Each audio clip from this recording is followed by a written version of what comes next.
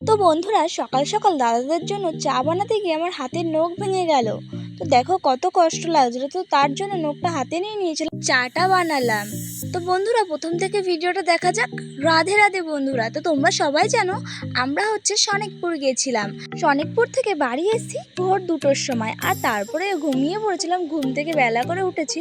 আর দেখো আজকে দেখাবো কে কি করছে সারাদিন, সেটাই তোমাদের দেখাবো। তো দেখো এখানে শুক্লাদি কিন্তু কচু বাড়ছিল, সেটাও তোমাদের দেখিয়ে দিচ্ছি। ইনিও কিন্তু আমাদের সাথেই এসেছে ভোর 2টোর সময়। আমরা কিন্তু কেউ ঘুমাইনি, ইনি ঘুমিয়ে পড়েছে, আমরা একটু দেরি করে ঘুমিয়েছিলাম।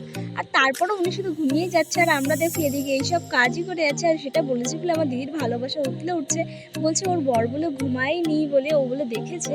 তো তারপরে দেখো এখানে সবজি কাটছিলাম, সেটাও দেখাচ্ছিলাম। আর তারই মধ্যে কিন্তু আমি রেডি হয়ে নিয়েছিলাম নগরে বেরোবো বলে। তো সনিকপুর আসার পরে সবাই নগরে বেরাই, আর মামার বাড়ি একটা অনুষ্ঠান আছে আজকে।